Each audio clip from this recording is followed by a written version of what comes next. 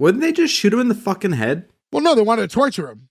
He was already fucking his wife. Like, didn't that, like, torture? That's like, torture enough, yeah. Like, I don't know, man. I like how you guys equate emotional torture the same as being eaten alive by wolves.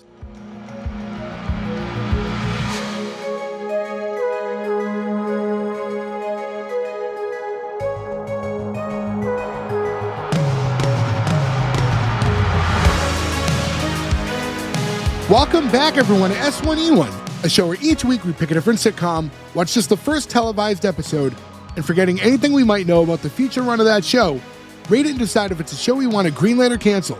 This week we're going to be talking about Quick Draw. Quick Draw went 18 episodes over 2 seasons on Hulu. Today we're talking about episode 1, which is called Murder at the Webb Ranch, originally airing August 5th, 2013.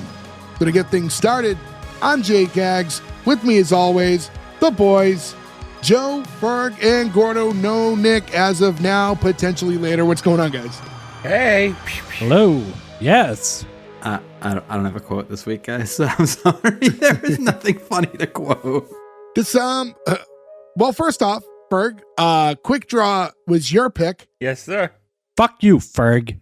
No, you say fuck you, Daniel. This is a fan pick that I gave. Yeah, well, my you pick know what? to. Daniel, fuck you.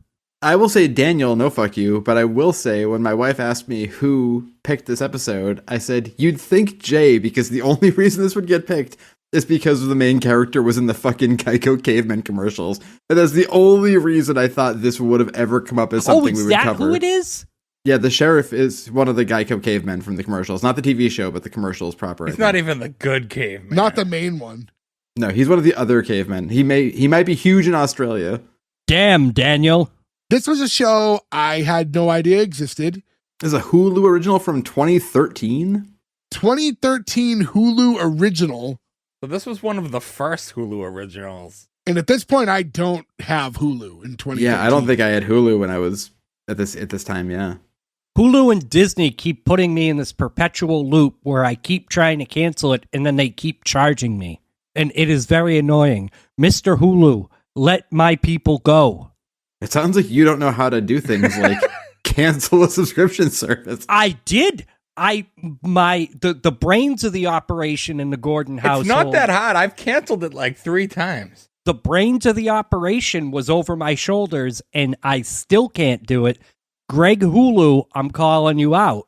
Most people try to cancel a service and they're immediately just like, would you like 2 months for free if you stay? And they're like, yeah, sure. And Gordon, they're like, no, we're just going to keep charging you. Fuck you. No kidding, though, but Paramount got me back about 3 times that way. They kept giving me like 50% off for the year and stuff. Well, that's going to never happen again now that Paramount and HBO and fucking everything is going to be one mega streamer come fucking 2 months from now. And they'll call it cable. Yeah, the CABL. They're going to do like the tech shit. But, yeah. So I don't have a lot of info on this show as far as like, I didn't know it existed. Not a lot out there. No. John Lehr, who he co-created the show. He's also the star of the show. He co-created with Nancy Hauer, who directed the show. And the two of them also wrote the episode together. So basically these two have everything to do with what happened in the show. And she's got some interesting credits to her too. She's in a couple like alt-rock bands in the 90s. She's directed a bunch of episodes of that show High Potential, which is Caitlin Olsen's cop show. That's really good. My mom's a big fan of that show. I love it. We watch it every week. It's a great show. We tried watching the original German one, but it was very hard to watch a show with that intricate of dialogue in subtitles. So I would say if you don't speak German. I can't watch anything with her in it. All I see is Sweet D, and it ruins it for me. What was the other one she had? The Mick? The Mick was the other one, yeah. I would say I felt the same way, but this is like elevated in a different way. She's so good in this, you just see her as that character. Also, by the way, Joe, Daniel gave me 2 ideas for picks. He gave me this and the Andy Griffith Show. I chose this. Andy Griffith Show is not a sitcom. Yes, it is. In what they consider then, yeah, for sure. I mean, to be fair, Gordo, I would say that Andy Griffith Show is for sure a sitcom, and this is not. This is a 22-minute improv sketch. This is not a sitcom. Isn't it crazy? We've joked about this before, but it's not a joke. We are almost 260 episodes in. We are within a couple weeks of our like 5-year anniversary. Gordo still doesn't know what a sitcom is, and that is the whole premise of our show. Don't tell me that the Andy Griffith Show is a sitcom. How is it not a sitcom? It's one of the most famous sitcoms of all fucking time. You think like Barney Fife, that's like a dramatic show? Like, I mean, He's the only funny part. Gomer Pyle is also funny, thank you, yeah. yeah, Gomer Pyle. Cannot call that a sitcom. No. You can't just shake your head and repeat yourself. Listen, I have been on this show for almost 5 years. I believe And yet you you can still call haven't me learned. Mr. Sitcom. Gordo, this is a 3-1. You lose, sir. Well, Nick's on my side. Good day, sir. Nick will certainly be not on your side, and then it'll go from 75 to 80% to 20, and you will When he lose. pops in here, it's going to be the first thing I ask him.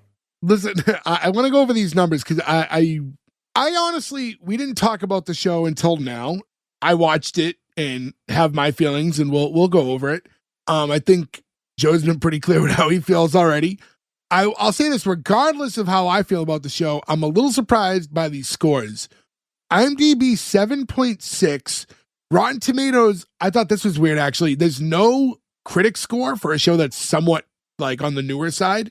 And 98 audience, but No. you know, Wait, is 7.6 like 7 out of 100? 7, yeah, it's Not Well, 70, no. like 7%. 7.6 on IMDb is like a 76%. Okay, that's what I was asking. I couldn't tell if it was a 7% or a 76. Both of those are fucking crazy to me. So my reasoning for picking this show over the other one was because it had a fantastic trailer that made this show look hilarious. So I was like, oh, this is going to be a fucking hit. I'm going to watch the rest of it. Well, I'll say this, these shows are nothing like each other, but like we just did Going Dutch not that long ago, right?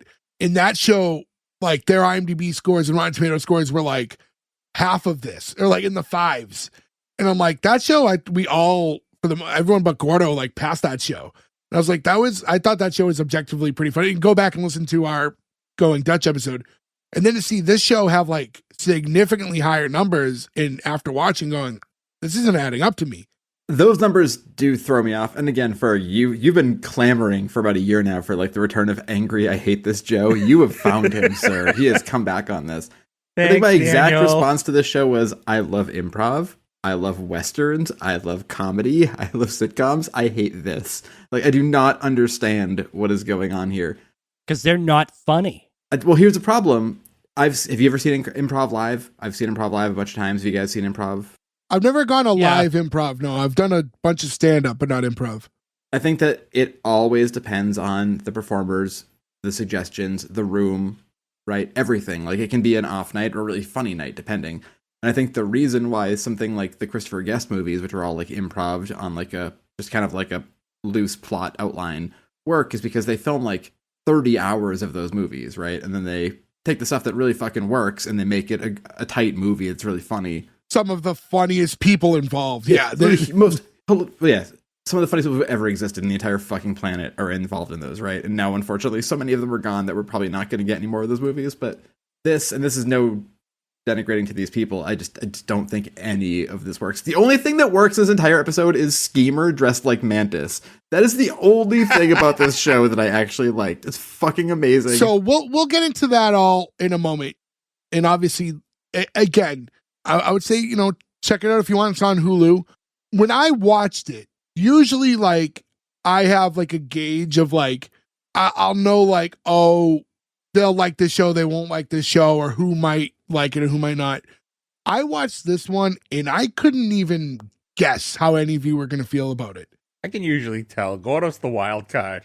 This show really threw me for a loop. I really didn't know walking in like what you guys were going to, how you would react, I figured Joe would love this show because Joe has some would say a sense of humor.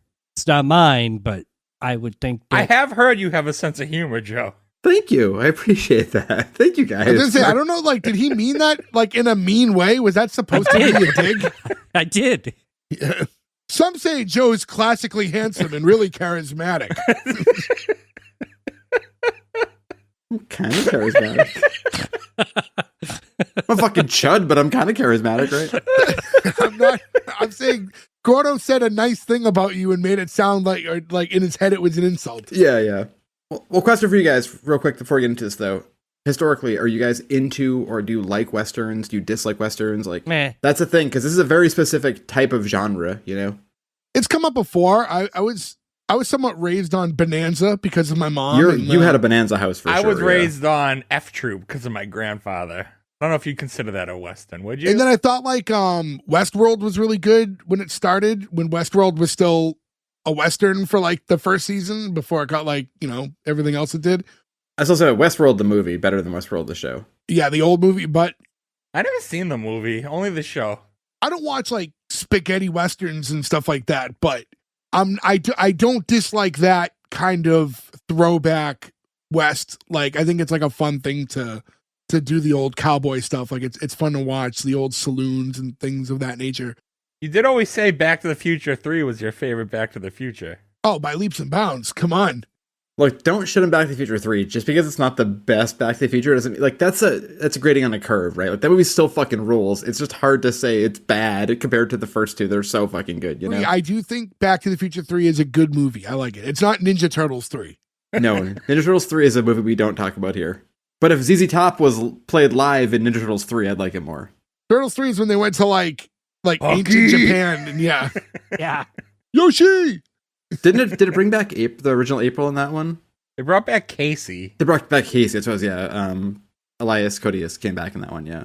Mighty Ducks 3, which is by far the worst of the Mighty Ducks movies. Is that the Los Angeles one? No, that's the one when they go to college. I'm sorry, it's not college, it's school. They just go to like a private high school. And once again, Charlie doesn't understand why they can't be the Ducks, which is like the theme of the second and third movie. Hey, we're Team USA, but we're the Ducks. Yeah, that's not how that works. He's never going to learn his lesson because he always gets his way. Yeah, and then the third one, they go to a school, he's like, but we're the Ducks. It's like, no, we already have a thing. You can't be the Ducks everywhere you go. Like, oh, so it's like, well, we're the fucking mud hens. We have been for 200 years. Like, no, fuck that. We're the Ducks now. I believe they're the Warriors in that one. But yeah, no, to get into this show, because you have to. So one more thing. I was expecting with this show more of another, like, 100,000 Ways to Die in the West type humor, and it was not what I got. And look, again, we've talked about this before. That. As somebody who does not like fart humor, I think the funniest part of that movie is the fart humor. I don't know why that movie's so funny to me. It's so fucking stupid. You would love that movie. He'd love that movie if he ever watched it. I'll have to watch that. A man dies of something they call fart needles in that movie, Gordo. I can't believe you have never seen that movie. No, but you know what is a classic cowboy movie? Blazing Saddles. Blazing Saddles campfire fart scene. I knew he was going to say that because of the fart scene. Yeah, I love Blazing Saddles, sure, of course. And Cowboys and Aliens, classic. Oh, man. Look, I love Daniel Craig, but man, what was he thinking when he did that? He was coming off all that James Bond fame, and he was like, sure, why not? I'm sure he just wanted to do something different, right? Because he did Munich right around that time, too, which is like a sort of serious action movie about, like, political espionage, and he'd done the Bond movies. He was like, let's do something fun. But that movie did not work out. Also, I bet you that plot was awesome on paper. Yeah. That's true. Oof, maybe. It doesn't sound it. It sounds exactly like the title of the movie. But weirdly, I always lump it in my brain with Eight-Legged Freaks. I don't know why, but those two movies, a fantastic movie.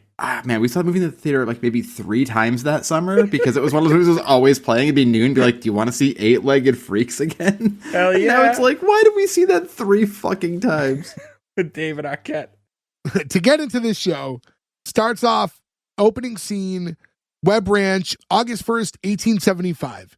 And we see Sheriff John Henry Hoyle and Deputy Eli. I don't know how to say his last name, and it's never said in the thing, so we'll just call him Eli. Oh, no. That's like one of the Western things. His name's Brocious. Brocious? Yeah, so Curly Bill Brocious was like the leader of the gang, the Cowboys, who, like, if you've ever seen Tombstone, that's like the villain gang. That's I can't think of his name. He's like the bad guy also in Sin City. He played Jim Jones. I can't think of the actor's name, but that's Curly Bill Brocious is like one of the most famous. I would have butchered the fuck out of that name. It's like when you read Brajol and you go, oh, that's not how that looks on paper. Yeah. It's like an Italian reading meat words. It's Brocious. It's just like a famous cowboy name. That's obviously like a nod, right? What's weird though is that's not in any of the IMDb trivia or anything. That's like a fucking thing that you would just know if you know that. There's story. not a lot of IMDb trivia and stuff like that. I just don't think those people cared enough to like. Well, I mean, if they're getting fucking 76% reviews. No, this show was popular. I'm telling you. Yeah, so like legit. But anyway, so the sheriff and the deputy are standing there with the recently widowed Lavina Webb, and they're standing over like this mangled corpse of her husband. Well, before we get any further, Nick, welcome to the show. Heyo. Nick just popped in. So we're talking about the first scene. So I just mentioned that we have the deputy and sheriff are standing there, and they're with the widow, and they're Lavina Webb, and they're standing over the mangled corpse of her husband, like at a tree. They're saying, sorry for your loss, Mrs. Webb. I know it was just a day ago. This bag of blood and guts was walking around and feeding chickens and hugging you, and this must be difficult. And he's talking about how he attended Harvard and studied criminology and forensics, and said he graduated number 327 in his class. And now he's going to which is what I assume is the bottom of the class. Yeah. To be fair, though, it's one of those things, though, like, we've all had doctors and stuff in our lives who, like, have big fucking degrees in their wall where, like, I don't know what fucking number they graduated, Yeah, the valedictorian and, like, the last place guy get the same plaque. Yeah. Right, like, some guy who does surgery on you could have been the last, but still, I'm like, I don't know, I trust the guy who was last at Harvard more than me, so fucking Sure. whatever, Yeah. He's talking about how he's going to use his, like, forensic abilities and everything to figure out how Mr. Webb died. And she's like, I know what happened. I'll tell you what happened. He's like, no, I can tell you think you know what happened. Right off the bat, I don't want to be overly negative early. From the first few seconds of the show, I was very annoyed by the main character. Really? I thought he was hilarious. Holy shit, Nick is the one person who's going to greenlight this. Are you kidding me? This is you guys didn't like this? Joe hates the show with a passion. We of haven't gotten thousands. into, like, honestly, nobody's really gotten into their feelings Why? about the show other than Joe, who adamantly hates it. It's so funny. When you're watching anything improv and you go, fuck, how are they not laughing? Like, how funny and how hard must it be to be this funny, have all these jokes flying around and everyone keeps a straight face? This is the complete opposite of that. I don't know. I mean, the fact that you currently watch and support SNL and don't like something like this is actually really surprising to me. I mean, I support SNL when it's funny. I watch it, but there's a lot of hate in there too. The this guy, what's his name? John Lehr. Yeah, he reminds me of Glenn from Superstore, who is one of the Mark McKinney. Yeah. He gives me like a younger version vibe of him. I will say this, it's a weird thing that you say that because we're rewatching Superstore right now, and I'd rather be watching Superstore right now than watching this show. Go back and listen to our Superstore episode. It's a great show. A long time ago. Yeah. I do think it's funny that when he was talking to the deputy, he's like, I know she thinks she knows what happened, but like, I want to use science to determine what happened. Like, she could be like, crazy. She could be an idiot. And I will say, I did laugh when she said, my husband is dead and you're calling me an idiot. They're going over like, all right, well, let's see what happened. And he like kind of kneels down over the body. He's like, first thing we have to do is determine if this is a man. And should I just assume he grabbed his dick? You don't see it, but he goes, so. yep, I don't know if definitely he a man. grabbed it or if he like lifted up like a meat pile or something and saw it. Like, They're very inconsistent because that body's destroyed, but he's able to find a dick, and then later it's on the table and it's a full body. Well, I think when you see the full body, though, there's no limbs. I think the dogs ate the limbs, so you'd be able to still see, like, genitalia. I'm not trying to defend the show, Ferg. I'm just saying, like, that's what I wrote down. I was like, okay, there's no limbs, but... Grabbed the dick, looked for a dick, whatever, but he determines it's a man. Then he grabs the hand, which completely detaches. And, I mean, it was a very fake-looking hand. Like, they didn't even try. do enough to make this, like, the prop guy could have... This is the one thing you really needed to put detail on in this body. I think they could have did a little bit better with the hand. It looked like a mannequin hand. I would have taken, too, no hand, just like a blood spurt. You know what I mean? Like, don't show the bad prop. Like, do the joke of the blood spurt, you know? Yeah. Or, like, do, like, a sound effect or something, like a crack, drop, oh. And you get, like, the, ooh, that came right off, huh? And we get the, like, quick the intro, which is maybe 5 seconds. It's just kind of show name and, like, cowboy-like music. Yeah, it's like a quick, like, Western, kind of 2 bars of Western song, and then a horse neighing. And then they use that as interstitial the whole episode. yeah. They use some weird spring noise throughout the whole episode. Yeah, the Like jaw an harp. Australian, like, boing, boing, boing, boing. Oh, the jaw harp, yeah, the bow, Yeah. bow, bow, bow, bow. But like, they cut to the thing, and it's like a bunch too. Basically, after if you want to call it an intro, we just have a continuation of the scene. He's like, all right, I'm going to start going on my presentation now. And he's like looking, and he's kind of stating the obvious at first. He's like, I think he was dragged from that house down there over to here. And she's like, that's my house. He's like, okay, cool. Nice house. And then he's like, all right, so seems to be devoured by some wild creature. And he's like, so he's putting like his assessment of what's going on. She just like flat out tells him, like, okay, Cole Younger and his gang came out to the ranch and Cole and I were having relations. Sexual relations? Yes. Okay, see, that's important. Like, my husband came in and in the middle of it, saw him, and then the gang dragged my husband out by the tree, tied him to it, and then they set the dogs on him. He's like, exactly, that's exactly what I said. That's a shitty day for that guy. Poor guy found his wife banging another guy, got the shit kicked out of him, and murdered by dogs. Schemer. He comes home from a hard day of work. Schemer from Shouting Station is unloading coins into his wife from his little belt thing. And then people murder him with dogs. That is a tough fucking day. Wait, that's who plays Cole Younger? Yeah, it's fucking Schemer. You Yes. said it earlier, and I didn't put two and two together who Schemer was because it's been 30 years since I've watched Shining Time Station. What the hell is Shiny Time Station? Oh my God. Shiny You don't Time? know that. No. Leave. How- Just get out. How do you not know Shining Time Thomas Station? the Train. We all grew up in the exact same time, in the exact same place. The fact that you're the one person who never knows anything. Where dreams can come true. No, I hated. Also, how do you hate Thomas the Tank Engine? I just don't fucking like it. He's just creepy. The whole thing is creepy. It's stupid. It's not a good show. It's a kid's show. I We're will asking give you that it's 40-year-old creepy. Gordo. Yeah, as a It was kid, we all not watched it. good. It was not good. Oh, I'm a train. Oh, I'm a caboose. Come on. Like, First of all, Schemer's little like coin thing, which it wasn't quarters, it was like either nickels or dimes. But I thought it was the coolest thing in the world when I was a kid. I was like, oh man, imagine going to an arcade and having one of those little like to get the coins out. Did you pick up that was him right away? No. Because I thought it was Quincy Brown at first. When I first saw him, Oh, I never even really like thought about it. I could see why you thought Quincy Brown.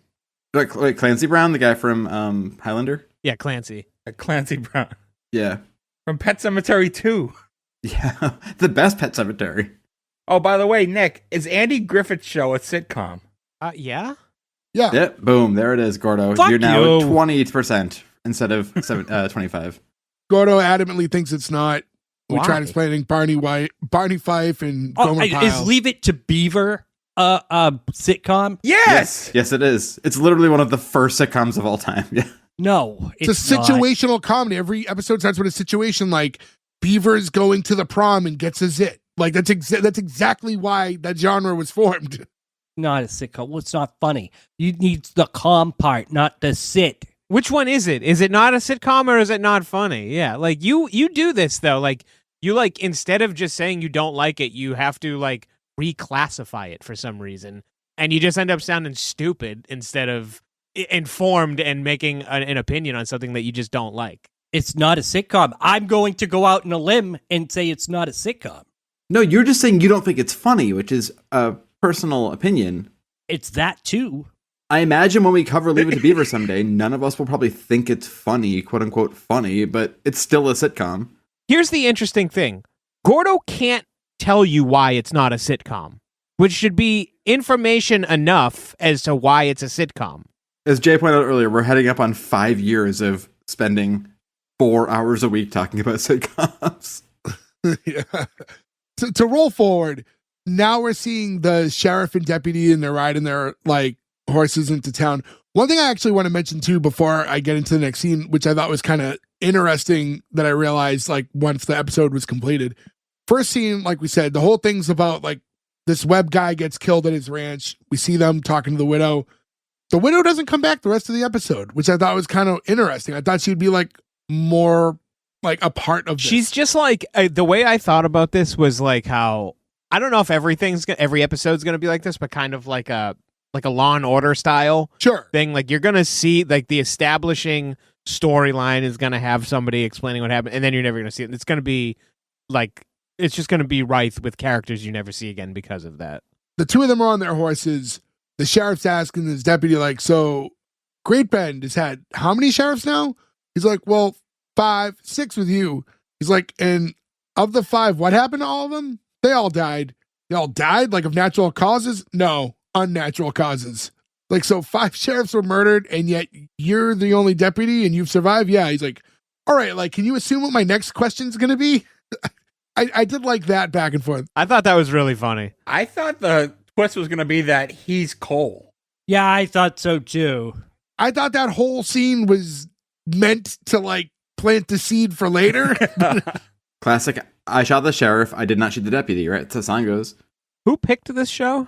Berg. Technically me, but a fan picked it. Oh. I'm saying that quick before you shit on this show in front of a fan, which I've done plenty. Thank you for picking I it, was going but to say, Jesus you Christ. already did that exact thing. I said thank you for listening and thank you for picking, but holy shit, this was not my favorite part of the week. Good. You deserve it. Now we've made it to Great Bend, Kansas. That's, where they're riding the horses into, and we get the exterior shot. Listen, if you've seen any Western thing, you know what this place looks like. It's the dirt roads, it's the saloons. It was probably filmed on the same set. I was going to say, I assume that's just the Universal backlot. Probably. I don't know. Yeah, probably. Or out there too, like in those towns, there's plenty of like little touristy areas they build up to look like those towns.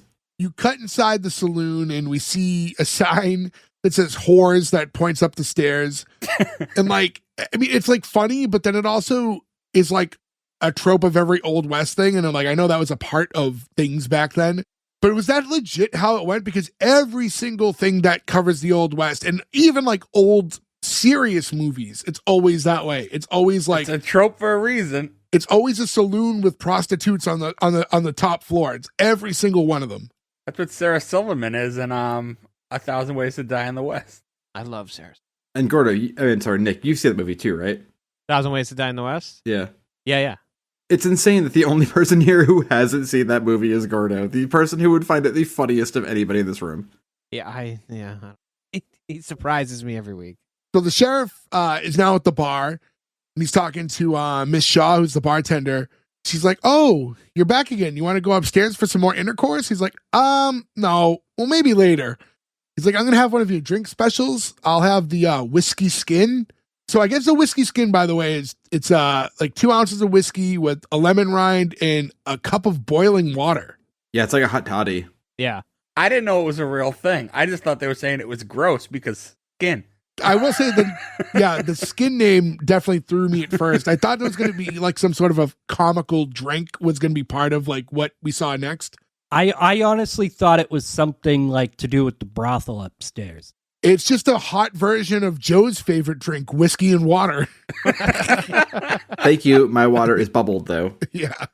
But I mean, like in a classic Western though, it's always just like there is nothing but the whiskey, right? Like there's always those jokes in movies too when someone wants like something else, like Three Amigos, right? Where they're like, it's like beer. It's like, okay, sure.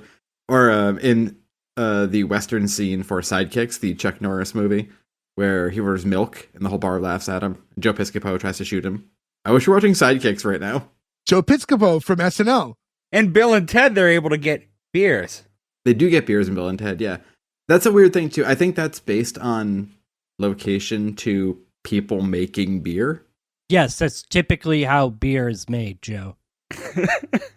Well, I just mean that like now you could go to Missouri and be like, could I have a Miller? And you could go to fucking Hawaii and say, can I have a Miller? But in 1875, is there somebody who makes beer near here? No, I'll have a whiskey. Like that's just how that is. There's no shipping stuff around like that yet. There's no infrastructure.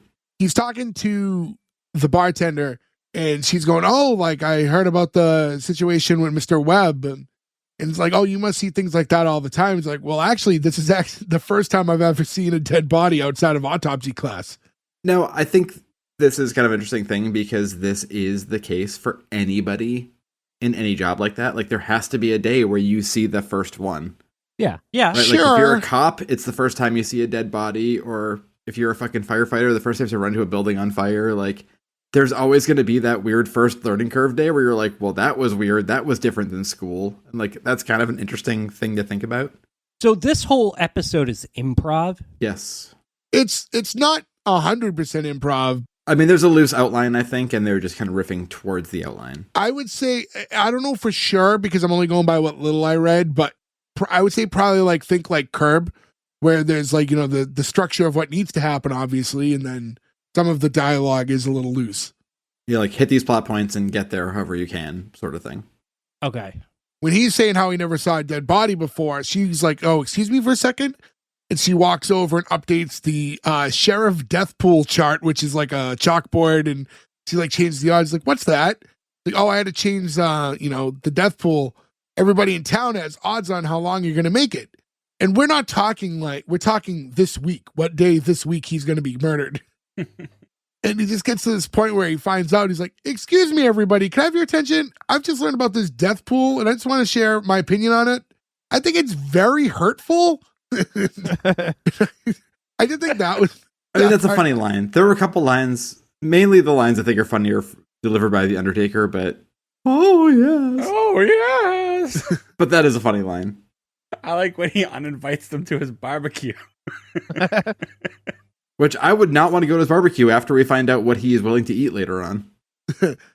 Nobody was going to your barbecues. Like, there were a lot of maybes.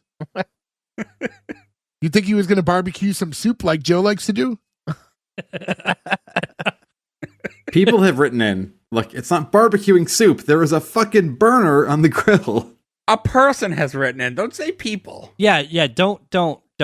Person plus me equals people. There is a fucking burner on the grill. You put a pot with soup on it and you can cook soup. This is not, no one's grilling soup. Oh, hot dogs and split pea soup. I would never eat split pea soup, thank you. A few of us are going to be up in your parts in a couple days from when we're recording. And if you don't have some delicious grilled soup ready for us when we get there, so help me God. I want a meatball soup from Joe. Oh, Italian wedding? Yes, please make an Italian wedding soup on the grill. It's going to be so icy. Yeah. Well, Joe, you said there's perfect weather for grilling soup. Look, if you want, I will literally pull the grill out of the garage, make sure there's no dead fucking mice carcasses in it like you have to do every fucking spring when you pull your grill out of the garage. And then I will take a can of chunky soup or whatever you want, and I will grill it for you outside. And we can all sit there shivering while the soup gets made. I accept your challenge. You don't think we'd want that? Yeah, no, I'm saying I'll do it. Do Fuck, it. I will cook you some soup. You want some chicken noodle soup? We'll do this shit. My wife is going to be so mad at me. She's going to be like, this is a baby's birthday party. Why aren't you in here? I'm like, I have to make soup for these assholes. Is the funny part going to be Joe's spite heating up soup on his grill outside, or Ferg's spite eating a bowl of hot soup that he doesn't want? Well, my daughter looks out crying from the glass door of the back porch. Why is daddy not in here with me for my party? Be a great story when she's older. I'm trying my best to keep her out of therapy. Let's just not add things to the fire if we can, please. It's inevitable, Joe. I know, but I'm trying not to give extra to it, you know? So now we cut to the sheriff and the deputy at the Undertaker's, where like we see the remains of Mr. Webb laid out. Basically just looks like a bloody sack. It's as we know, he was pretty mangled. And this dude, he is the funniest part of the whole show, and he's in Scrubs, everything. everything. He's like the one of those best, guys who has like yeah. 150 credits. That 70s show, like you've seen him. He had a bunch of recurring roles when we were kids. And this is when like they have the conversation. He's like, all right, so what do we do next? He's like, we're going to put it in a box and put it in the ground. He's like, no, like you're not going to like perform like an autopsy. He's like, I don't do that. He's like, oh, well. And now he's explaining, well, I went to Harvard. That's a big thing. Like he brings up that he went to Harvard constantly in a very like, in a way that doesn't make you proud of him, in a way that makes you go, shut the fuck up. To be Yeah. fair, though, if you ever met anybody who went to Harvard, they fucking love telling you they went to Harvard. I would. I'm sorry. If I went to Harvard, Sure. I would tell people I went to Harvard. but we're all idiots, so we can look at the other end of that side and say like, well, we'd never know what that's like, so we can just make fun of those people. You know what's funny is I have had to work at Harvard a few times, and like I'm walking through campus with my backpack on, and there's always tours happening, and I'm like, all right, hey, these tours, there's no way they could tell that I don't go here. For this instant, these people think I go to Harvard, and I'm gonna live in this for a minute. Cuts the Nick at a raging party. And Nick sees a detailed math problem on a chalkboard and he's like, wait a minute. Nope, I'm still dumb. So now he's explaining to him like, well, I'm going to teach you some of the things I learned about, forensics and criminology, and you're going to be my new medical examiner. He's like, no, Yes. No. Two very different jobs, by the way. Yeah. Like, I like being the Undertaker. It's a very good fit. Oh, yes. Oh, yes. Oh, Kamala, this double-sized coffin. I love you. You guys giving Paul Bearer too much credit. What about Brother Love? Once you pop, you can't stop. What about Ted DiBiase? He is also Undertaker's. I think he was his first charge, right? At the original Survivor Series. But he did come out with Brother Love in that moment. Have you guys been following at all any of the stuff with Ted DiBiase and his kids and this like weird trial that's happening right now? I'm sure it would get more play if it was him that did it, but it's his son that nobody gives a fuck about. No, they think he was part of it too, yeah. Oh. Well, if you want to hear more about that, listen to our True Crime podcast. I mean, we could just do a true crime wrestling podcast also and probably go for 100 episodes, if not 500. Called Dark Side of the Ring. It already exists. Well, that's not all true crime, though. That's sometimes just like sad lives of wrestling. It's called S1B1. The B is for blood. Yeah. S1B1, our wrestling training podcast where you can be a wrestler like all of us. So, all right. Well, unless Billy and Bart Gunn show up in this episode at some point, let's roll forward. Oh, I wish. I'd rather. Bart Gunn is my birthday, buddy. Oh, nice. I have Mosh from the Headbangers.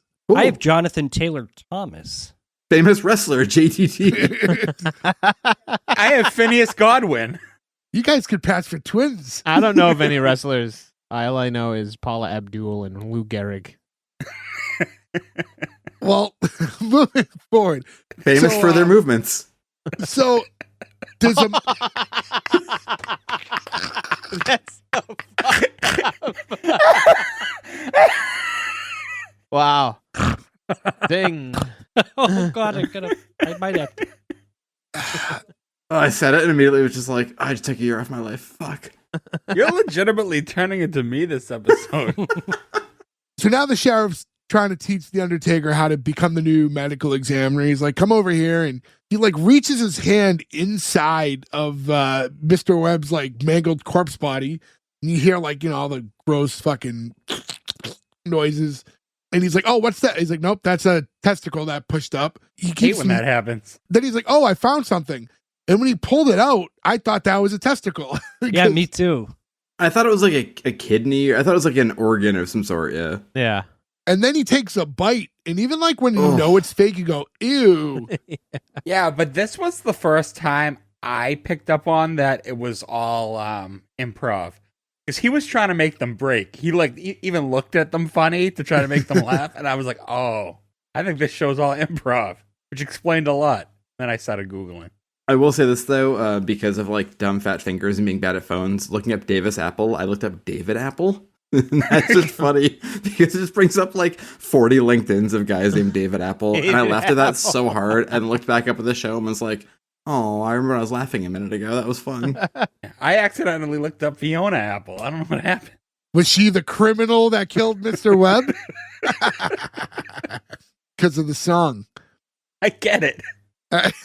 Anyway, so he takes a bite and he goes, this is a Ben Davis apple. And this is the first example that, like, despite the fact that the sheriff is annoying, he does know a bit or two about like his job. So he talks about how, recently a bunch of Ben Davis apples were stolen and they tracked them down to an abandoned ranch and they found the apples there, which is like a weird crime to commit. I don't know like what was a worthwhile crime in these days, but like, we're going to steal a whole bunch of apples. I assume in the Wild West it was tough to grow apples, so they were probably a hot commodity. I mean, where they are, they're in Kansas, right? Well, Kansas, no, you have climates in Kansas, yeah. The soil was more pure still. Yeah, I was going to say, I imagine there's probably more wild apples. Why is it so deserty? Did you guys know that the Ben Davis apple was big in the 1800s and it's known for its hardiness and excellent keeping quality and it's resisting to bruising? Its original nickname was the mortgage lifter due to its commercial reliability. We actually all knew that. Yeah, you didn't? We talked about it in Apple Chat earlier. Oh. I'm not in that one. Yeah, you didn't make the cut. Sorry. All right, quick round robin. What's everybody's favorite apple? Granny Smith. I love Gala and Fuji And I don't know if it's the brand or if it's the type of apple, but I love those cosmic apples. They're really, really good. So I've made a shift. I think my go-to now is the Honeycrisp. And I'll say second place is probably a Pink Lady apple. I like Honeycrisps for their crunch, but they can lack flavor sometimes. I don't eat a lot of apples, but I do like Granny Smith. That's why you're not in Apple Chat. Yeah. You just keep outing yourself as to why you're not invited. I think Gordo just realized there was different kinds of apples today. We go apple picking every year in the fall, and I had never had one of the pink apples until this year. And I'm a Granny Smith person, Mogman. through and through. Yeah. But the pink apples were really good. I just can't eat them. Can't bite into them. Cut them up. At the moment, I have some Honeycrisp in the fridge and some sugar bees, which I got a bag of at the local Trader Joe's. I've been trying to eat better lately, and apples are not good. I find the opposite. I've been trying to eat better, so I've been eating apples. I will tell you right now, not a good idea. Yeah, they don't like fill you the same way. Yeah. Sure do make you poop, though. Yes, they do. That's the problem with apples and peaches. You really can't do more than one a day. That's why the doctors aren't coming to you, Jay. Because you keep eating apples. They're walking into a force field. Like, help!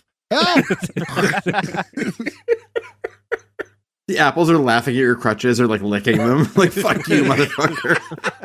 See, this is much better improv than this show. This is an improv. This is just us talking. Yeah, we're just talking. To be fair, I'm with Gordo on this one, yeah.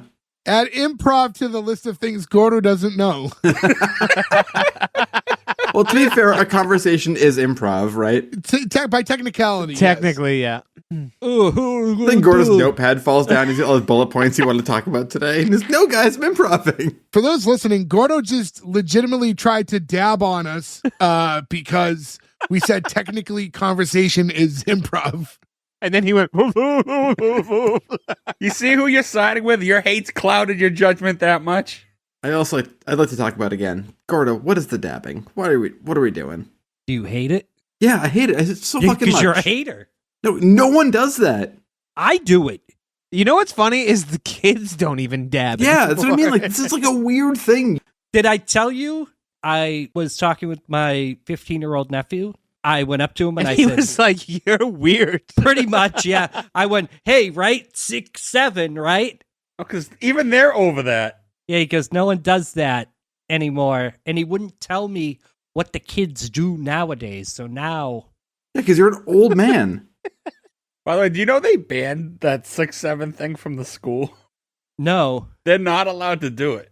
Are we going to glance past the fact that Gordo is asking his nephew cool things so he can talk to other kids? How do you do, fellow kids? And that his 15-year-old nephew snubbed him. Sorry, man. I'm not telling you shit. You're not. I gotta you're not go. invited. Actually, pretty much. That's what happened. I think he said That is the generational divide right there, though. Because when we were 15 and the same thing happened, Gordo, like our generation, would have like been like, "Yeah, I know, man. Could you have a beer?" Like, and now it's just like, Yeah. "No, I don't want. I'm not telling you shit, man. Sorry." So here they're talking about the whole Ben Davis Apple situation, and they're saying that abandoned warehouse is where Cole Younger and his group tends to hang out.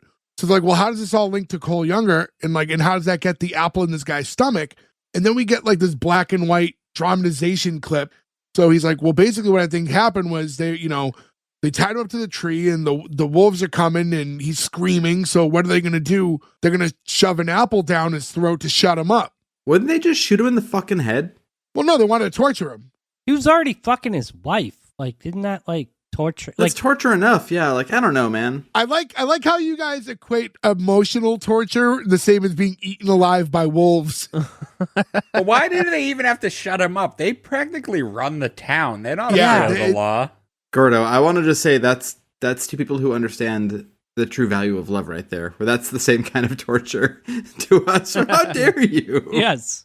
He's talking to the Undertaker and he needs him to leave the body there because it's evidence. He's like, no, I have to move it out and like prep it to like bury it. He's like, plus I have an open house tonight. Like, what? He's like, you're the only Undertaker in town. Like, why would you have an open house? Like, I'm trying to inspire people to pre-register. I'm not gonna lie, this is the only legitimate lol I got the whole episode. I laughed so hard at his delivery and this line. He makes me laugh a good amount of times, like when he's gambling and stuff. He's funny. I said it earlier, he's the only funny part of the show. He's fucking great in it. I think the main guy is funny at times. I think he's great too. Oh, I found him so annoying. you're supposed to. He's supposed to be an obnoxious, like Hollywood, like upstart guy. This next scene, I didn't like at all. Well, at least this first part of the conversation where we have the sheriff and deputy like at the local jail, which is also like where they work, so like their desks and stuff. And the conversation comes up where the sheriff's asking the deputy if he would have sex with the widow, Mrs. Webb. He goes, yeah, she's a real wilf. A wilf. A widow I'd like to fornicate with. It's like, so the W at the end is silent. Like, yeah. I just, I'm like, oh, this is such a reach. This comment, like, Yeah, it's called improv. That's why improv is terrible. well, that's the thing. Sometimes you hit it, but here's the thing. It's improv, but it's not live improv. So Yeah. how about you try another take and see if you get a funnier thing to say? Yeah, like the director could be like, let's take that one again. Or was there 40 fucking takes and they were like, that's the fucking one, I guess. I don't know, man. What would you guys put in that? What in what? I don't know. I mean, like, there's no like inherent need to have these two just talking here right now, but I mean, like, the conversation rolls into the idea of like how they're gonna go about getting Cole younger, and they could have just did that. How come we don't use the T in MILF? Okay, let's time out. Now I'm mad about this. The T and MILF? No tea and MILF. Mom, I'd like to fuck. Oh. Because you don't use you wouldn't use a two. Mom, I'd like fuck. Does not roll off the tongue the way it should. That's also weird to say. Sure, Mom, I'd like fuck. It just sounds like he had a stroke or something. We know, Joseph. We know. Well, him being like this line sucks, obviously. Like, what do I like to fuck? Oh, the W is silent. Like, the T is silent too, but no one ever mentions that. Yeah, but that's already understood now. We've already been conditioned to that. Yeah, but why? American Pie. Yeah, but why? It's a title, so the twos and the ands are lowercase, so they don't have the same meaning. Oh, how about that? He's 100% right. Are you happy now, Joe? Now Gordo's right. I'm unhappy about everything right now. I've not been happy for the past 2 hours, past 57 minutes and 55 seconds. Yeah, I know. I fried everybody's brain for being right. It's like how Pirates of the Caribbean is POTC. I'm all for very hardcore categorization and alphabetizing, but you could just easily wilt. To fuck isn't like, that's a verb. That's like I don't love this. I'm going to talk to an English professor. I'm going to see if I can sort this out for all of us. So the two are talking, and basically they kind of derived their plan on how they're going to go about getting Cole younger in the gang. And like, all right, let's head out. And, we see the two riding their horses again. And that's when we find out that Cole younger, like, wears a mask, which I was like, oh, that's interesting. And, like, we end up seeing him later, but I was like, I kind of wonder how that's going to look in this time and age. Because, like, I've never seen... there might be cases of it, but like in that representation of time, I can't think of any like movie or show I've seen where someone ever had a mask on that wasn't like a bandana over the face. Lone Ranger? Yeah, Zorro. But this was like a mask. This is the mask that Brutus Beefcake wears when his face got like demolished from the parasailing incident, or like the Undertaker mask from SummerSlam when his face got demolished too. Or a mask from Eyes Wide Shut. No, this is not an Eyes Wide Shut mask. That movie would be way more fun if Tom Cruise was trying to fuck girls with this mask on, or guys were trying to fuck Tom Cruise with that mask on. No. This is like a BDSM mask. The Lone Ranger thing is correct, but yeah, that's such a different... It's funny too, because like just the eye ones, I don't even think of as masks. No, that's a classic bandit mask. This is not a bandit mask. This is He's a bandit. I agree, but it's not a bandit-shaped mask. This has a bandana. Like over your nose, that's technically. Well, I said a that. mask. Like I'm used to seeing like bandanas over the face. But this isn't covering his lower face, it's only covering his eyes. I am curious if we find out in later episodes why he wears a mask. Was he horribly burned? Who knows? We might not even see him again. This might be like a one and done. Like, I don't know. I've legit only seen this one episode. I imagine Ringo Starr beat the shit out of him.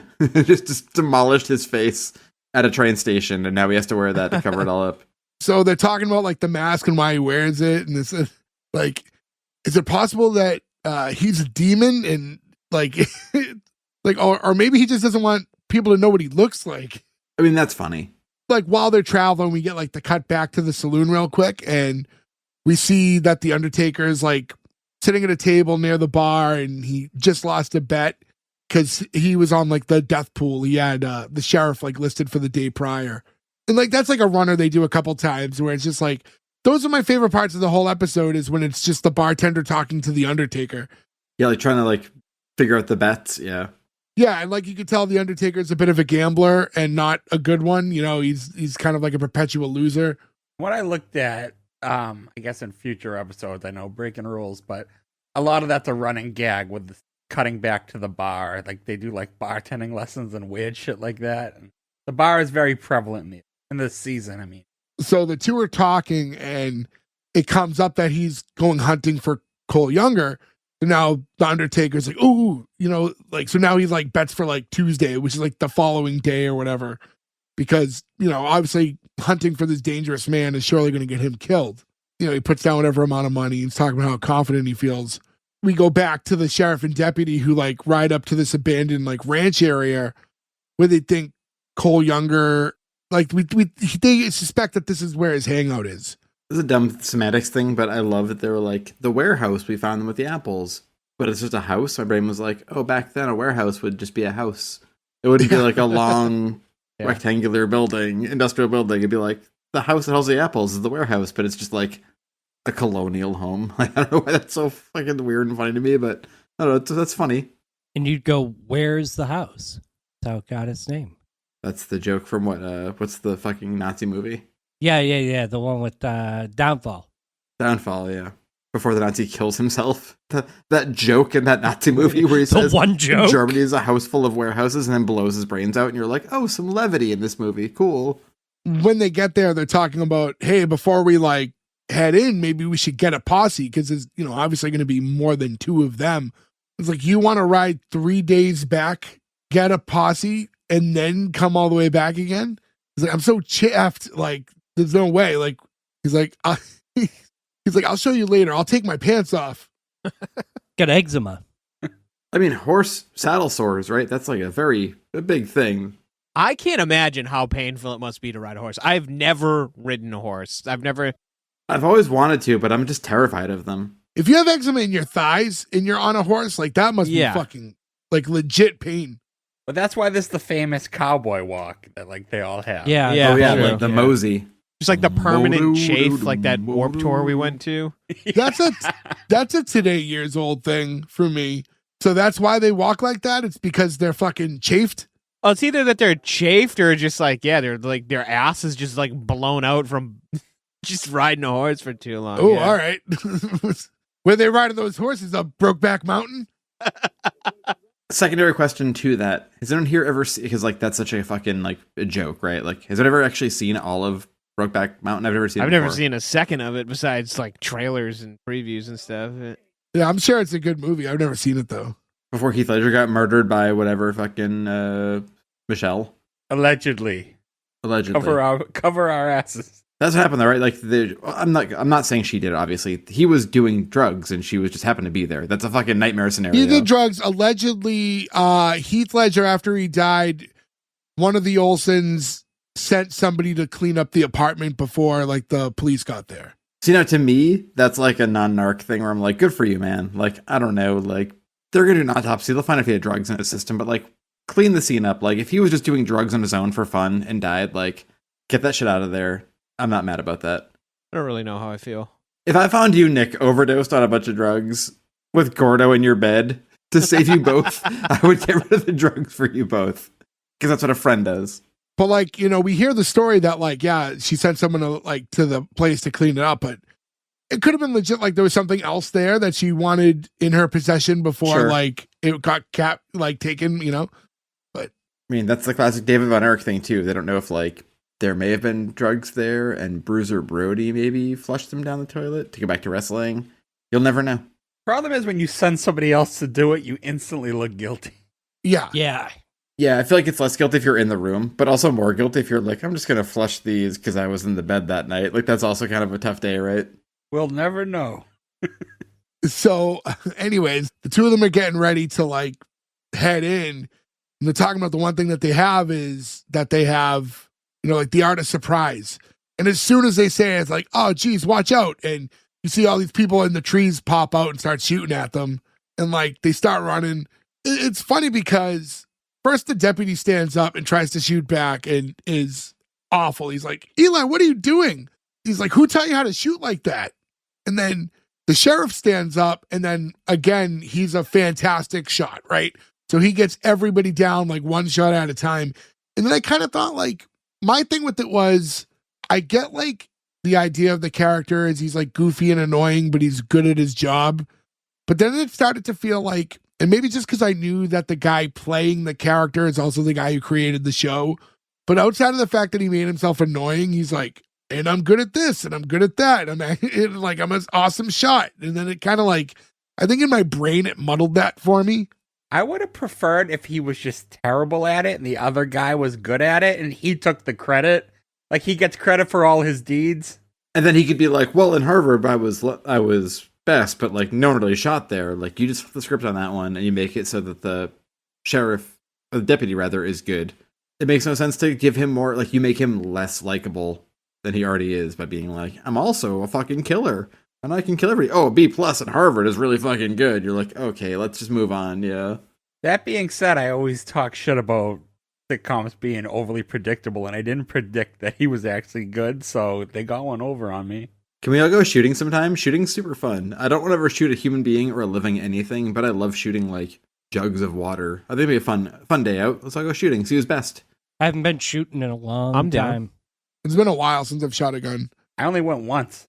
I will say guns make me uneasy a bit. I've shot guns a few times. Last time like I shot a gun, I was in Dallas with a friend of ours, and it was like, well, we're in Texas, might as well shoot guns. And we went to a gun range and like rented like a handgun. It wasn't even like a Texas-y gun. Like a 22 or something, yeah. I tried to get it. Maybe if we all end up in Orlando one day, they have Machine Gun America, and you can pay, I think it's like $2,000 to storm Normandy with with the they have a beach? Do they like bring you in on a boat? Yes, you go up on like a pontoon boat and you like run on, and you have like targets that like you shoot. Oh, well, hard pass on running around a beach while you have a machine gun. Also, that feels like really shitting on the memory of like every poor person who got muck ducked while running across the beach of Normandy trying to storm it and kill the Nazis. I feel like they wouldn't be stoked to look down and be like, look at me, I've got a gun. That seems like an odd thing. It's okay. I love Saving Private Ryan. I do want to mention, by the way, when he talks about how he got the B+ in the Harvard Gun Club, the deputies ask him, well, who got an A? He goes, oh, Lao Tzu. He was a Chinese boy. They started really early. He shot his mother's earlobe off. So random. That was what felt the most improv-y too, right? Because like it was like a non-paid off thing. It was like you just had to like have an answer, like yes and, right? Like just say something and keep the story going. And at this point, we see like one guy now standing in the woods, and like they pull their guns at him. He's like, "No, I surrender, I surrender." And there's like, "They'll put your gun down, put it down." He's like, "Wait, that's too close. Like, move it a little bit. Don't put your hand on it." This goes on way too fucking long. I liked this. I thought it was funny. Like, I'm not touching it. And they're doing a lot of that. And come to find out that this is Cole Younger's brother, Ephraim. Would he be Ephraim the younger? What? I'd love for you to explain that to me, please. Well, He doesn't even know. he's Cole Younger, and he's his younger brother. So he's the younger. You could have been like, you could call him even younger. Even younger would have been the joke. I wonder if that is the joke. It's just bad. Wait, was Gordo in this writing room 10 years ago? Could have been. I hope, by the way, I do hope that his name's not Ephraim, because it kind of almost sounds like even. I really hope that's not what they're going for. I don't think that's what they were doing, yeah.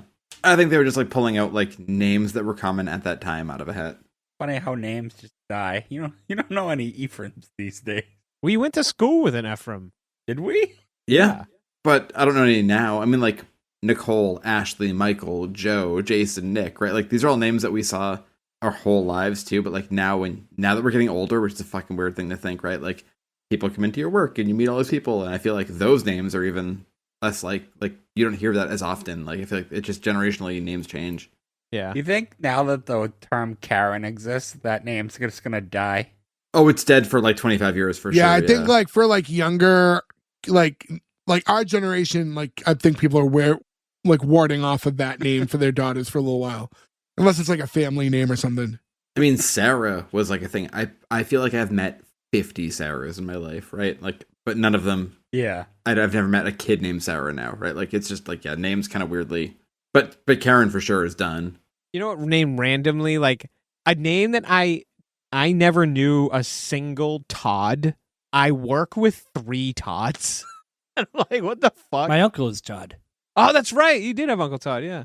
We get another one of those scenes, by the way, that I mentioned before. We do it a couple times where we're at the saloon and the bartender's talking to the Undertaker about the death pool again, and she's crossing off another day because, again, no one expected him to last very long, but here he is surviving a couple days, though. Like it's like it's not like, again, that these were months long. It's the fact that he's been alive for 72 hours in this role.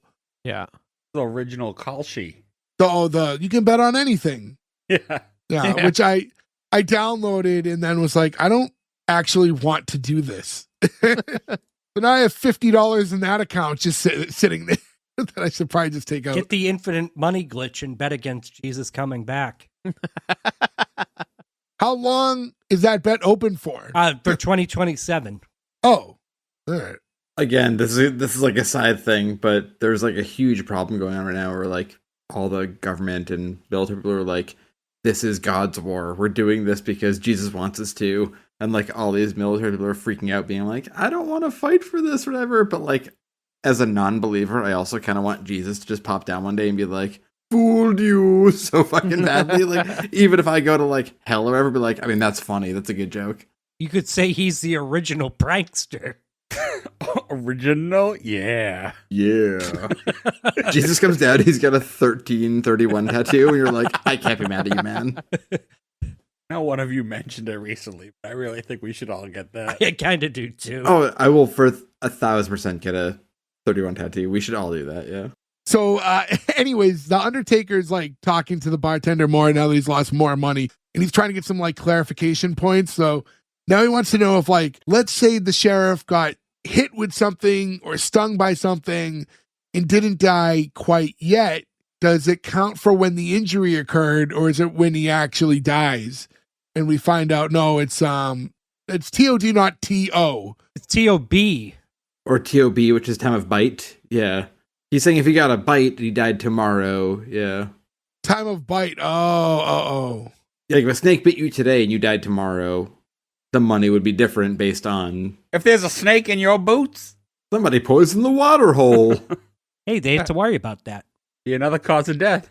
They still worry about that. People who live in Arizona still have to shake their fucking shoes out in the morning because there's scorpions. Yeah, who would live in that place? Godforsaken country. No, I'm petrified of scorpions. It's weird. There could be poisonous snakes in Massachusetts, I'd be fine. If there was scorpions, I'd fucking move right now.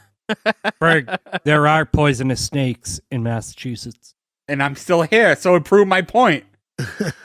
In the military, if you're stationed in a like scorpion area, they tell you to like, you have a protocol, like you roll your pants up a certain way, your shoes up, your socks up, right? So when you go to sleep, when you wake up in the morning, they can't like find their way in. And he was telling me that he just one day was tired, forgot to do it, put his pants on, felt something like weird in his pocket, like smacked at his foot and like exploded a scorpion on his leg. That was like already stinging him. Like they will just get into everything and you have to be so careful. I would just rather never live in a place where that was an option. Fuck that. You know what actually created that fear for me is Honey, I Shrunk the Kids. When it's in the backyard and it kills the ant. But that movie also made me weirdly have a fear of ants too, which is odd. I know, the ant was nice though. Now I feel like there's scorpions all over my floor. Rubbing my legs now. You also want to make sure that you don't get caught in the scorpion deathlock. That's true. That's true, yeah. Yeah, it'll rock you like a hurricane. No, that's not part of this. This is a very specific wrestling conversation. You should have had a adequate comment to. I have no idea what you're talking about. He's going with the Scorpions. I get it. It was just he threw it in. He threw it in without enough context. Yeah. Rock you like a hurricane. Did it. No? Yeah, I'm a big Scorpions fan. Look. Yeah, we saw them at the Orpheum. Yeah. The brightest lights of any band I've ever seen live. Right after the Great White Fire. It was terrifying. It was right after the Great. Yeah. So me, Joe, and Ferg saw the Scorpions and Whitesnake, and it was like right after that Great White Fire. So if you remember, they like, by the way, the exits are here. Like they were like, because like the timing was like immediately after it. And they like went into depth to make sure everyone knew where the exits all were. But also we were in row Z, seats like 24, 25, and 26. Yeah. Where like, if there was ever gonna be a fire, we were like, fucked no matter what. So it was very nervous when they were like, we gotta black out. You're like, I don't care right now. I'm scared. We were the youngest people there by at least 20 to 30 years. Dawkins was also supposed to be there, and they canceled. Oh, really? But I will say, I did see Dawkins a few years later up here in Maine, and they were fucking awful. And I love Dawkins, and I was so mad at how bad they were. Maybe they just had a bad day, like when Gordo saw Ace Frehley. They were for sure having a bad day because Don Dawkins was yelling at the sound man the whole time, where he's like, nope, doesn't work. Can't hear my vocals. And I was like, could you do this not during Breaking the Chains? Like, what are we doing, man? Like, do this during a deep cut. I want to hear Breaking the Chains. I've seen Queensryche twice, and they were terrible both times. Why'd you see him a second time? Because they were playing with Judas Priest. Oh, all right. He's like, I had to know. You're like, coin flip. They might be good the second time. The sheriff and the deputy are on horseback again, and they're heading back into the main city. And you have it where, like, Ephraim is, like, tied to a rope, and they're, like, walking him along while they're on horseback. Kind of fucked up because they said that that's a 3-day trip. So they made him walk for 3 days. Yeah. Well, no, that's a 3-day trip when you're on horseback. They had to go at walking speeds. It probably took them like fucking 10 days. Yeah, that's a hard thing, right? Like, if you're going, like Nick said, like on horseback, like at like trotting speed, it's 3 days. Like, if you have to like walk a prisoner, that's like a week-long scenario now. Yeah. Got to do the Red Dead Redemption and just tie him to the back. Hog time and put him on the back. Yep. Even if I was the prisoner and they were like, look, we're going to hang you whenever we get there, it could take 7 days of walking or 3 days of you and your belly on a horse. It'd be like, put me on the horse. Like, I don't want to fucking walk that long. At that point, the calories burned and the steps counted. Doesn't matter, right? You're hung anyway. We get it. You work out. Nothing about this worked out. I said steps counted. Do you not count your steps? No. No. Oh, anyone doesn't count their steps is a psycho. Come on. I would check, like, as you're stepping, or like look at your step count on your phone at the end of the day? Yeah, end of the day. Like, check what you did. Oh, yeah, no, that I'll look at. I count my steps when I'm at Disney so I can have the illusion that I exercise as I ate terrible food all day. Okay, well, that's counting your steps. So that's not exercising. Thank you, sir. So they're walking with Ephraim and they're having a conversation. The first conversation is about like, hey, so where's your brother? That's what I want to know. Like, oh, he was out robbing a stagecoach. Like, by himself? Yeah, he doesn't need backup all the time. He's his own army. Like, wait, so sometimes he says, hey, everybody, I'll be back in a bit. I'm going to go rob a stagecoach. He's like, no, he leaves a note. It's common courtesy. I don't know why this made me laugh really hard. No, he leaves a note. I mean, leaving a note is always funny. Yeah. This further made me think that the deputy was him, and this was their plan, because why wasn't he around? Me too. And why was he missing all the shots? I know, like, we've pretty much blown, like, the build-up that it could have been, but, like, yeah. I was waiting for that to happen, the reveal that he was, in fact, Cole Younger. Because no one knew what he looked like. He has a mask and shit. Yeah, but it doesn't have, yeah. Everything was planted for it, and they didn't even allude to it. Like, even when we find out that it's not, there should have been some sort of a joke or reference to, like, oh, I thought for sure that you were Cole Younger or something, you know, like. Yeah, because of the ears. When they are doing this, like, talking and walking him along, they do, like, just a slight time jump. And I did think it was funny when Ephraim's like, hey, Hoyle, which is the sheriff's last name. Yeah? My brother's going to kill you. Do you like having insides? Because those are going to be your outsides. This makes it feel like a kid's movie, like a Little Rascals or Sandlot. That was like, my brother's going to kill you. Right? Like, that feels very much like an 8-year-old comment. Yeah. My dad can beat up your dad. Also, we watched Little Rascals last week, like to see if like Andy would be into it. She was not, and that movie does Little not. Rascals. I mean, your daughter's about to turn 2. It's not like you're gonna be a little older for that one. Sure, but like because like that's what you do with kids, right? Like things catch their eye, and like what's gonna work, right? Like we're gonna try to watch something. You need more like bright colors than the Little Rascals is gonna give you. I will say she is my kid. That does not pull her in at all. Try DuckTales the movie. We're gonna have a lot of conversations about how I spend literally half my day speaking in a goofy voice. It's literally half my day now. But the color thing doesn't work for her. It's more just like she likes Anne of Green Gables. She likes Goofy. Like, so the weird, like, flashy things haven't, like, attracted her. So, like, we're trying to figure out things like, let's have a picnic and watch a movie. So you, like, pick movies from when you were a kid or whatever. But then you watch them as an adult, you're like, man, the Little Rascals movie is fucking awful. Like, this is a terrible movie. I refuse to believe that in my heart. I have not seen it in a while, but I love that movie and I watched it dare many you. times. I fucking triple dog dare you at 40 to rewatch that movie. It's not good. We're all skipping over something. Show us your Goofy. Oh god, this is tough now. Gorge. The biggest thing is she wants me to read books to her in Goofy's voice. So that's a huge thing. But at night, we have to swing her in a blanket and sing Jingle Bells in Goofy's voice. It is March 5th. I have sang Jingle Bells every so. Jingle bells, jingle bells, jingle all the way. Oh, That's a what good fun Goofy. it is to ride in a one-horse open sleigh. Hey! That's literally... Thank you, Ferg. I was really worried you wouldn't like it. I was like, Ferg is like the biggest person who ever saw I like that you got legit like stage fright having because you have a Disney adult on the show. I would feel genuinely sad if Ferg was like, that's terrible Goofy. Like, oh no, fucked up. Yuck. Hey, Jake, now do Bobcat Goldthwait. I don't have that. I'm sorry. He already did it. He did it a couple weeks ago when he did his puckering butthole. I did his puckering butthole. Yeah, recently. Go back to our Going Dutch episode. Going Dutch is our puckering butthole episode. Hashtag puckering butthole. Now we have the sheriff back at the saloon again, and he's talking to the bartender, and he orders another whiskey skin. Yeah. This is also insane too, because like you could just order a whiskey. You know what I mean? Like you could just be like, can I have one without boiling water? It's the fact that it's a hot drink, and it's like we're talking like the Old West, and like it appears to be hotter weather. Well, they're in Kansas, where like the weather is also cold in the winter, like ish. Like it's still cold enough, but like it clearly, by where they are clothing wise, it's not like.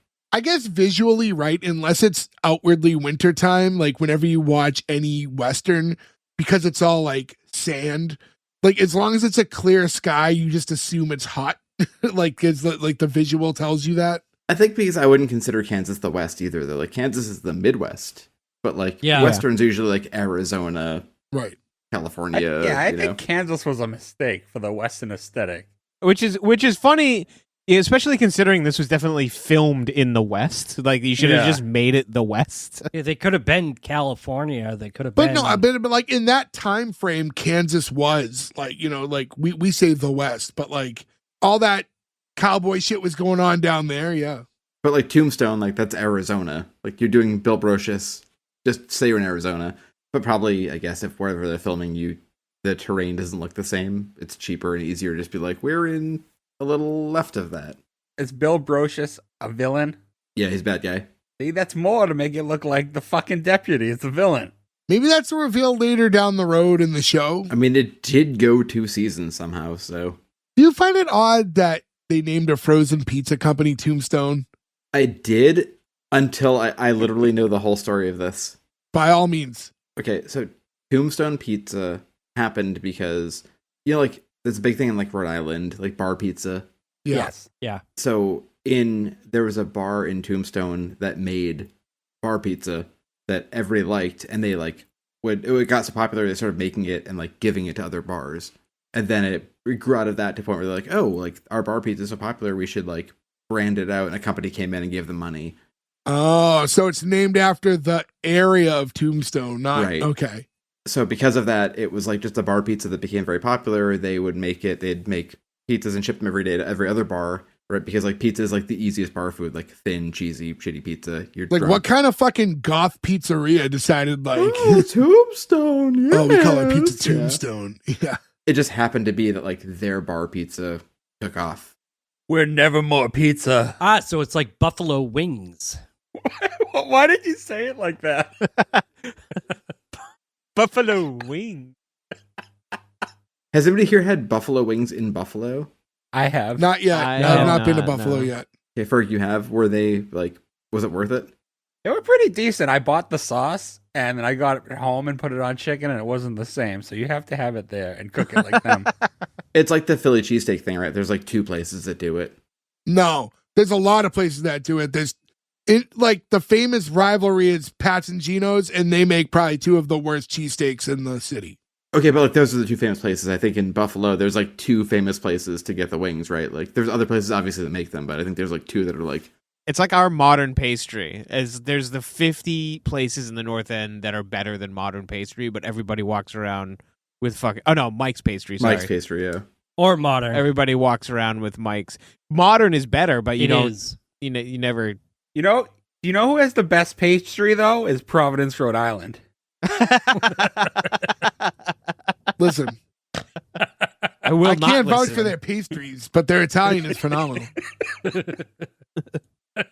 By the way, because this came up in another group chat me and Nick are in, and I looked up the very first article that popped up, and all I typed in was North End versus Federal Hill Italian food. The very first article, it was like an astounding victory for Federal Hill, by the way. According to that article. Well, I'm just saying, I took the first one. You could Google it yourself. But anyways, we're on a tangent of a tangent of a tangent. He's talking to the bartender. She's like, oh, I really appreciate what you've done for this town. Really? No. Like, and they're saying it's a really dumb thing putting Ephraim Younger in jail. It's like, well, he was involved in a crime, so he'll do his time. And it's like, no, do you know who's going to be doing their time now? Everybody, because Cole Younger is a bad, bad boy. Like, we're talking real curly wolf. He's going to bust him out, kill you, probably kill a few other people. And then he's going to take me upstairs and bed me with such force and such gusto that you'll probably feel it in your grave. For some reason, Curly Wolf got me. Curly Wolf. I don't know Not why. the fact that he's going to fuck her so hard that his corpse is going to feel it. No, but the Curly Wolf made me giggle. It does feel like something you'd ask your wife if she wanted, and then she'd immediately say no and roll over. So I guess that does track. Hey, honey, you want the old Curly Wolf? No, Michael. Rolls over. Okay.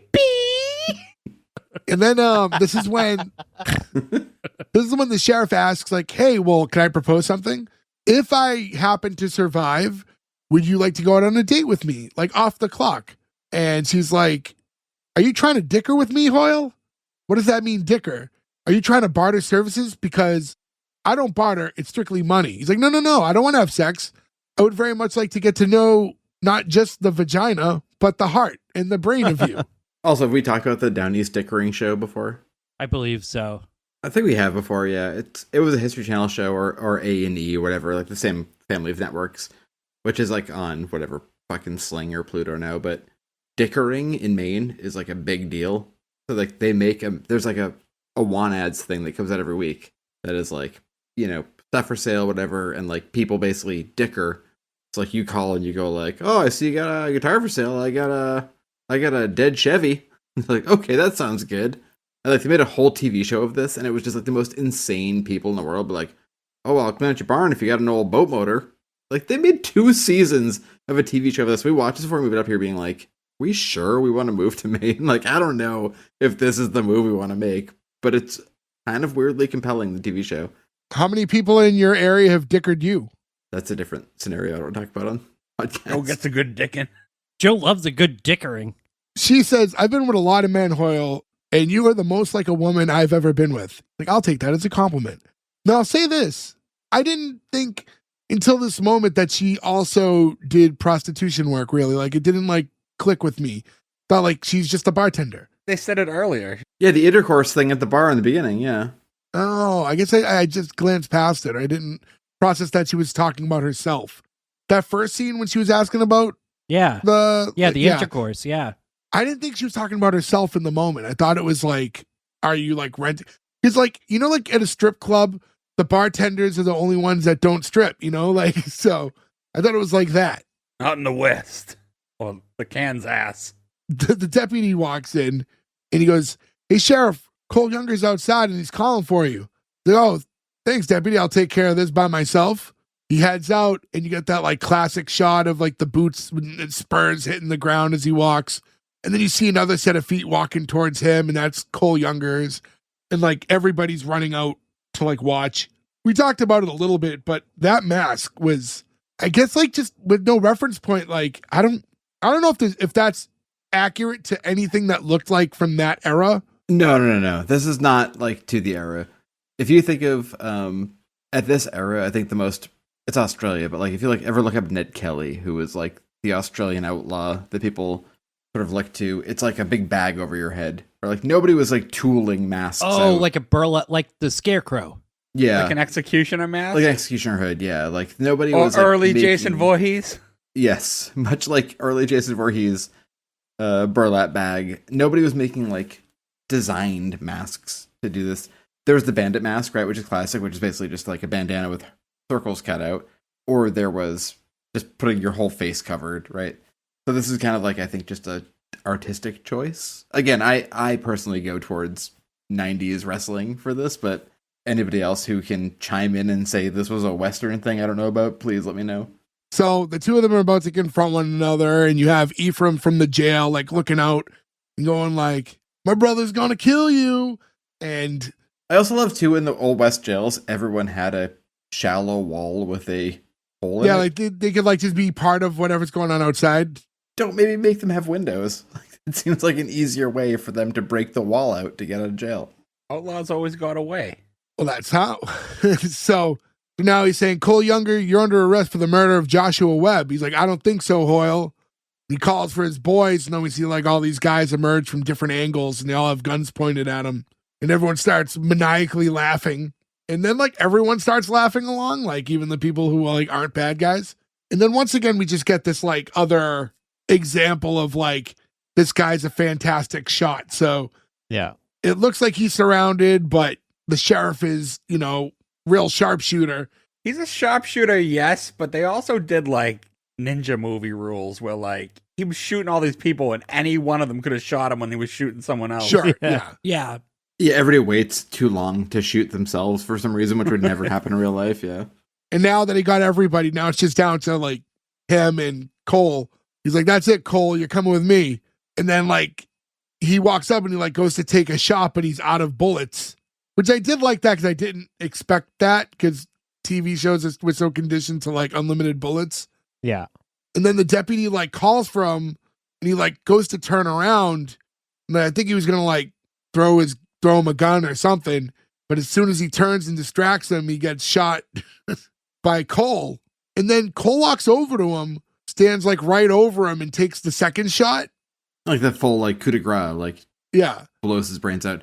But also we find out like this is a classic movie thing too, where it's like, I'm gonna kill him, I'm gonna shoot him twice in the leg. It's like, if you want to kill somebody, you shoot them in the fucking head. So that's for sure what I thought happened. I was like, wait, what? Like That would be great if this show had a different sheriff every episode. every episode, yeah. Then it cuts to the Undertaker's where he's like laid out. We see the Undertaker, the deputy, and the bartender. I guess.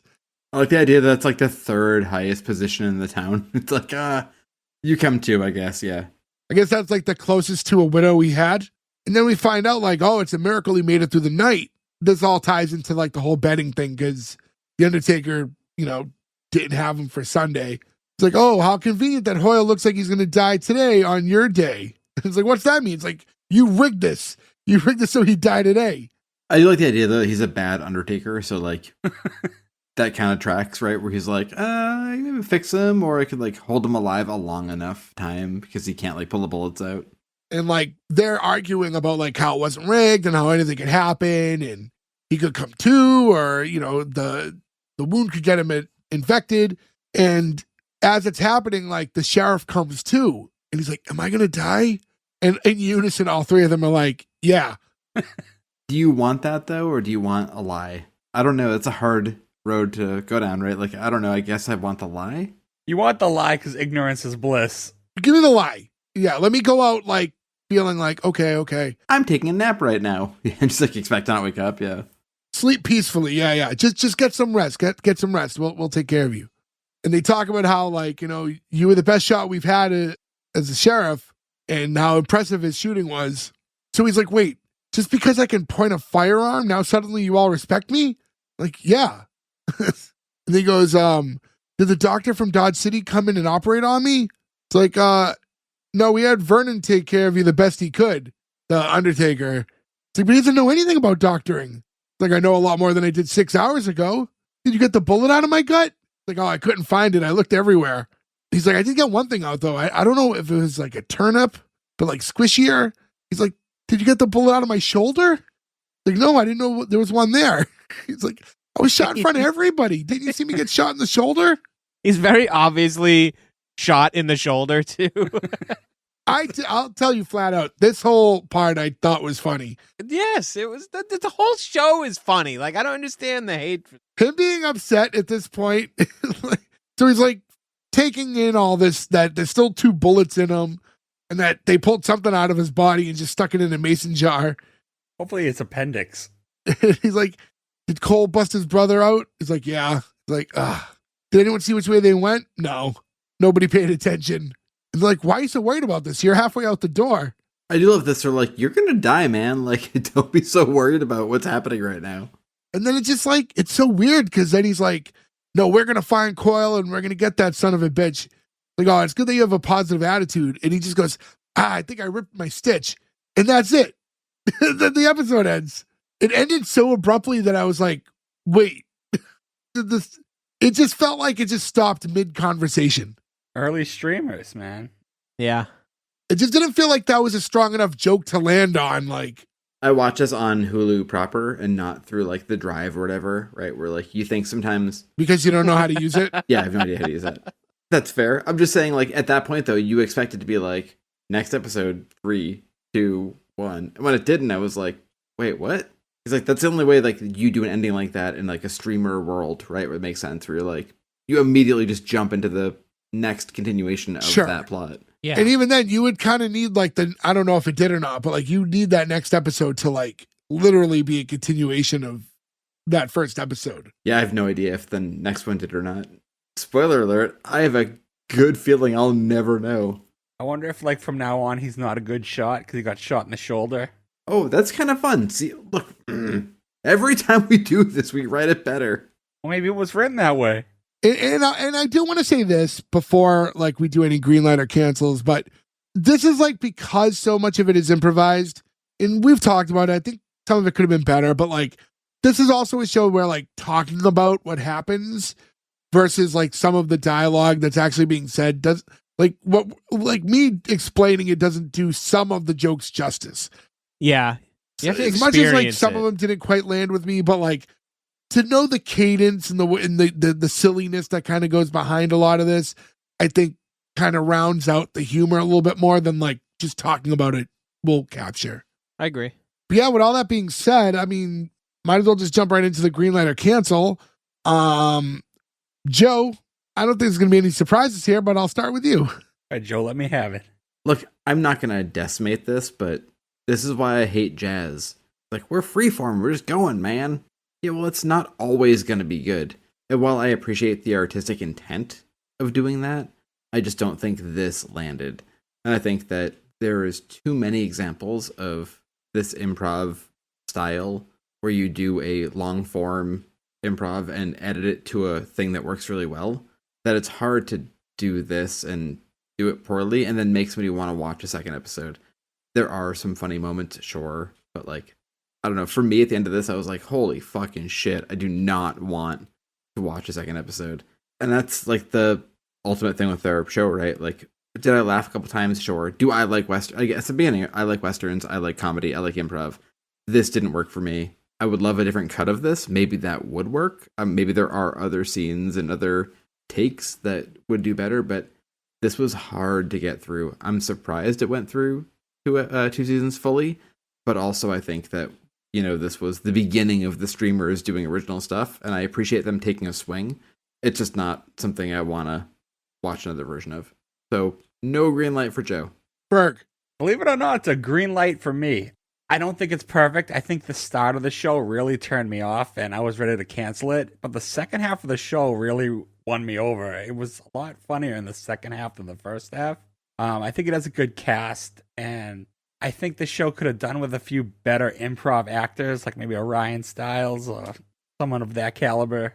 But it still wasn't the worst. It wasn't a Ghostbusters 2016 where improv ruined the entire thing. Whoa. I'd like to think that there was one actor who ruined that movie, and it was no improv. You don't like comedian Adam Ray? But for the most part, I like the main character. It left me with enough questions that I think will be filled out later in the show to make me want to see it. In fact, knowing that it did go 2 seasons and it got such high ratings on IMDb and stuff, it's like, I'm intrigued to watch another episode and see how it holds up. So yeah, green light. Nick. Green light. This was a lot of fun. It was new. It was unique. The cast was, I think, really good. And I just really enjoyed the silliness of this show. It was, compared to what we normally watch and cover, it was just so different. And it had just like a really fun undertone to it that we don't usually have. Like, shows can be funny and stuff like that, obviously, but this was just a little bit different, and I really liked that. And I definitely want to see more. I'm sad that it got canceled, but I also can understand that this probably isn't one of those shows that has a crazy long shelf life available for it just by the nature of what it is. But, it's unique enough. This is an easy green light for me. Gordo. This show sucked. I did not find it funny, at all. It just, no. Everything top to bottom sucked. The actors sucked. The jokes sucked. This was the best cut that they got on a pre-recorded show. No. I kept watching this being like, when does it get funny? It did not get funny. Therefore, because of the situation, plus no comedy, not a sitcom. Cancel. I don't know what a sitcom is. Verified. So I find myself in a tiebreaker situation, which I think that kind of lends me more to how I felt about the show going in. I didn't think it was objectively terrible. I feel like at the beginning of the episode, you would have thought it was the worst show we've ever covered. So I'm ultimately going to give it a cancel as well. My biggest issue with the show for me personally, and I didn't harp on this too much during the episode, but I just didn't like the main character. There was something about his portrayal that I think, I didn't think it fit the lead character enough. I think he would have been a better secondary character. I would have liked, just that. I think this show works if the sheriff character is played completely different, for my personal taste at least. And, we talked about the idea of him being like a deputy and the sheriffs keep dying, but I think even his character should have just been the deputy in general. We talk about Andy Griffith, and I think this guy's more of a Barney than he is an Andy, So yeah, it had its moments, but it didn't do it for me. The one thing I'll say though is I thought even watching it, it felt like I was watching a 10-minute episode of TV. It flew by for whatever reason. It went by real quick, and it's it's just standard 22-minute episode of TV. So I was a little surprised by that, but ultimately, do I hate the show? No, but in this situation, I got to give it the cancel. So with that being said, I'm sorry to Quick Draw, and sorry to Daniel who selected this episode. This doesn't get the green light from us. Sorry, Joe hates Westerns. How dare you, sir? And spaghetti. Right before we started recording, Joe was going off about Yul Brynner too. I hate Yul Brynner, and I hate... From the Jamaican bobsled team? Yes. I hate Fusilli so much. Why is it so small? So anyways, yeah, well, sorry again, you don't get the green light, but I want to thank all of you guys for listening. I want to encourage you guys to make fan selections, hit us up. We get to some of them when we can. We pluck them here and there. S1E1pod.com is where you can find how to get in contact with us through our socials, everywhere where you can listen to us if you want to buy a shirt, all that stuff. Again, this was a fan pick, so, yours could be the next, and we'll shit all over the show you pick. But that's all we got for this week. Thank you, guys. We'll catch you again next week with another new episode. But until then, thank you. Goodbye. Maybe you got the best whiskey skin? Ew.